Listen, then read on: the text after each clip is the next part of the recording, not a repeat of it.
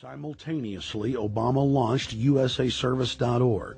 The new website deceptively masquerades as a federal agency, but in reality is a recruiting tool building a separate, completely private army outside of government that takes orders directly from Obama's controllers.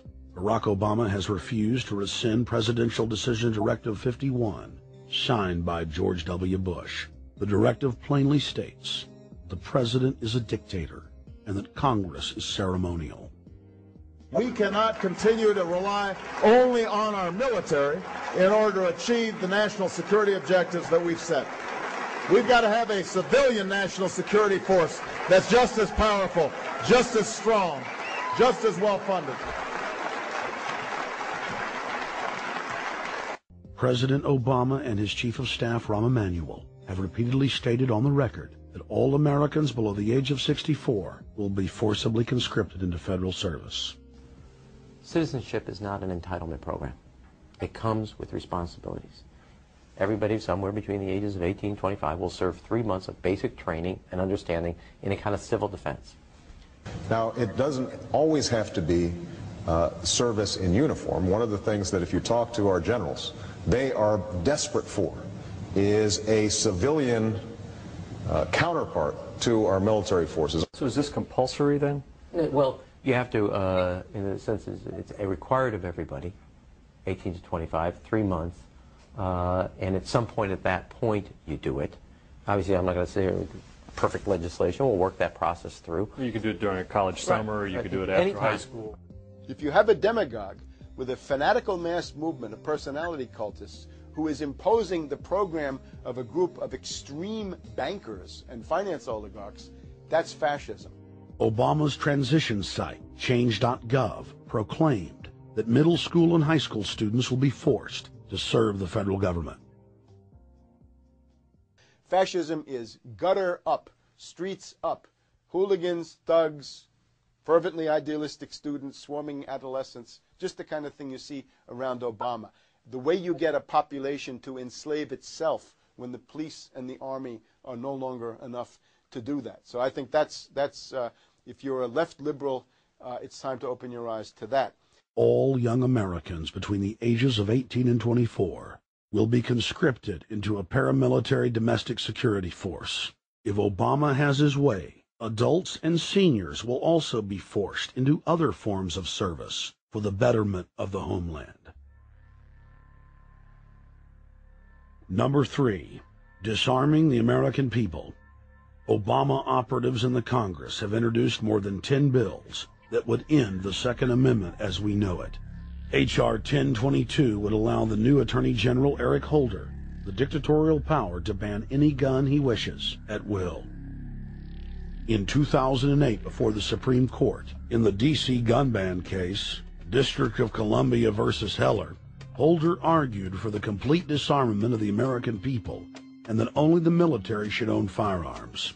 H.R. 257 would ban all youth shooting sports, including YMCA and Youth Olympic shooting clubs.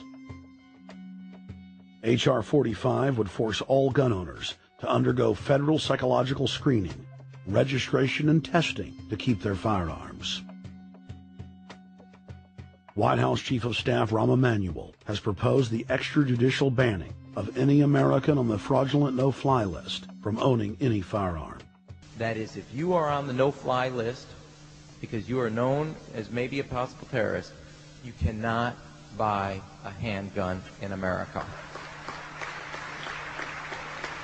Over 25,000 Americans are added each month to the no-fly list, which numbers over 1 million people who have not been charged or convicted of any crime. It's a case of mistaken identity for a 5-year-old boy from Normandy Park. He had trouble boarding a plane because someone with his same name is wanted by the federal government. King 5's Mimi Jung is live at SeaTac Airport to explain. Mimi. Lori, it's hard to believe that a 5-year-old could be considered a threat, but that's exactly what happened here at SeaTac last week when Matthew Gardner showed up for a flight to LAX. As 5-year-olds go, Matthew Gardner is about as harmless as you can get. But when he and his mom checked in for their flight at SeaTac last week, Matthew was considered the criminal. If you're on that no-fly list, Your access to the right to bear arms is canceled because you're not part of the American family. You don't deserve that right. There is no right for you if you're on that terrorist list. And even though this Matthew Gardner is only in kindergarten, TSA workers still conducted a full-blown search. They searched all of our belongings. They took everything apart piece by piece. Nadia Counter says it wasn't easy being treated as a possible threat to national security. Picked up my child to give him a hug and tell him, it's okay, we're doing fine. And they reported to me that I was not allowed to touch him. He was a security risk, and they had to research me to make sure that I had not obtained any materials from him. Number 4, massive restrictions on the First Amendment guarantee of free speech. The President, Congress, and the FCC have announced plans to not only curtail speech on talk radio and newspapers, but to also regulate speech on the Internet through the Orwellian-named Fairness Doctrine. The Obama machine is also pressuring Congress to pass draconian hate speech laws that will eviscerate the First Amendment. Number 5, they plan to further federalize health care so that the government can dictate what kind of care citizens receive. Modeled after the British system, this includes rationing care and restricting what procedures the handicapped and elderly are eligible for. Number 6, Obama is already pushing to expand the Department of Defense budget and to station more U.S. troops overseas to encircle Russia, China, Iran, as well as setting up bases in Africa under the pretext of humanitarian aid, and dominate and occupy Africa through AFRICOM. So we're taking your phone call, seeing what you think of Barack H. Obama. Is he a Judas goat? Is he a front man? Is he a betrayer? Let's go to Anthony in Georgia. Anthony, what's your take on Barack Obama? They put the face of Barack Obama as part of their public relations because it's like in the old folk tales about vampires. A vampire cannot force his way into somebody's house. It's against some kind of metaphysical law. So the vampire has to persuade the resident of the household to open the door and invite him in. So they're going to look at the peephole at Barack Obama, which looks like them and appears to be on their side. They're going to say, okay, here's my ally. Let me open the door and let me let this person in. And then Barack Obama is just, of course, a front man for the American empire, where he's going to have the entire U.S. Navy, the entire U.S. Army, and the entire U.S. Marines under AFRICOM command. And, of course, he's going to turn it into a new Iraq, and he's going to turn it into a new Afghanistan. Every operation that you see going on in Iraq and Afghanistan is going to propagate to the poor countries of Africa. And well, sir, I agree with you. They're looking to the people. They see a handsome, smiling African face. He's all, hey, I'm from Kenya. And then it's a total bait and switch. But it's the same thing here in the United States where they would get sellout Native American chiefs to sell out their people. This is the oldest trick in the book.